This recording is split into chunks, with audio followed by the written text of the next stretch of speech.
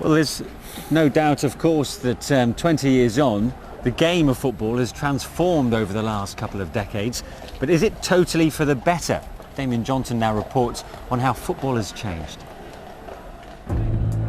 Hooliganism has been making the headlines far too often. It appears that some of the crowd has spilled over from the terracing. Of litter and toilet rolls was set alight on the terraces. Back to the English disease. Even as the bodies were being pulled free, the violence continued. I wish we could get those responsible, get them before a court and stop anyone else from doing this. Well, I don't think we've any alternative now but to consider fencing football grounds. Violence on the terraces is a problem which looks set to wreck this country's most popular spectator sport. It was the lowest ebb football had ever been at in the middle of the 80s. We were out of Europe, attendances had sunk to its lowest level, television had turned its face against football. Hooliganism was rife in the game, you know. I remember going to a match at Tottenham, I don't know when it was, sort of late 70s, sometime early 80s, and Tottenham were playing Chelsea. And there was kind of violent play on the pitch and violence going on all around the pitch, and I thought the game's dead. It's gonna die if it goes on like this, you know. If you were a football fan, you were less than human. You were marched to the stadium where you were kept behind barbed wire.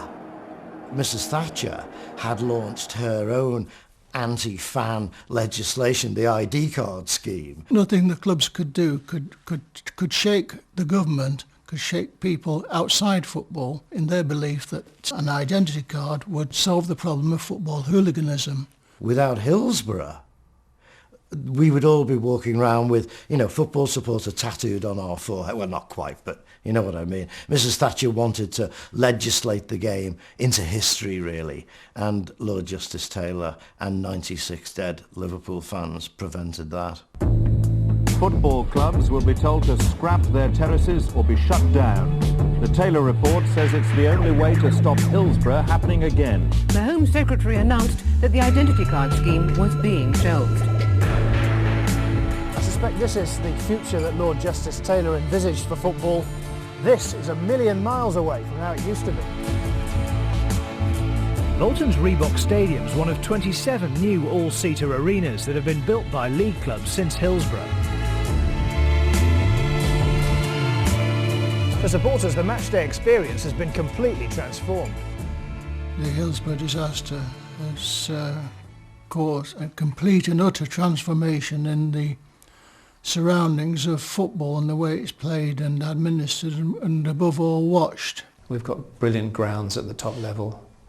People sit down in comfort and the families come back to football. You know, the women and children are there. You watch it on the television, you see the little kids there wearing all the colours and the women are enjoying it and they're pretty safe. It's good.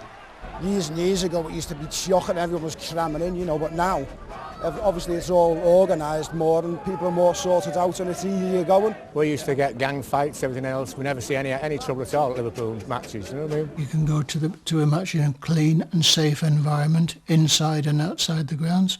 English football is watched throughout the world. It's held up as a beacon. The interest in the game is sky high.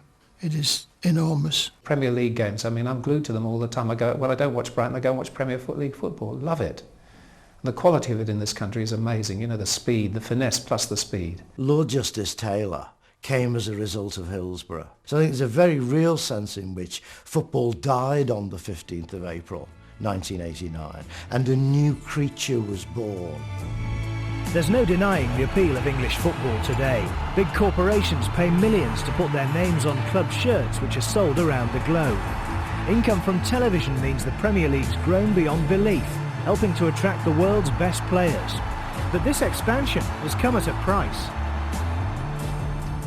When you look at the data available, the Premier League audience is getting older every day, and it's a lot harder for children to go to games, partly because it's harder to afford to take them. I'd like to think people will be more inventive to make sure that people can get in at a reasonable price as families, and then the next generation of kids feel they have the opportunity I know I had.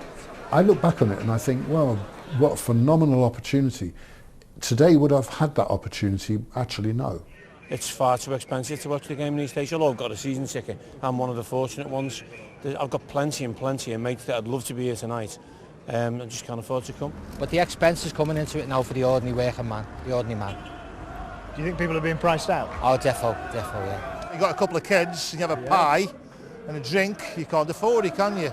You know, football has changed, and for some it wasn't accessible, and it's become much more accessible, providing you've got the money to afford it. For others, it stopped what might have been a 30, 40-year lifelong live relationship through thick and some very thin times, and they were just, you know, bye-bye, don't need you anymore.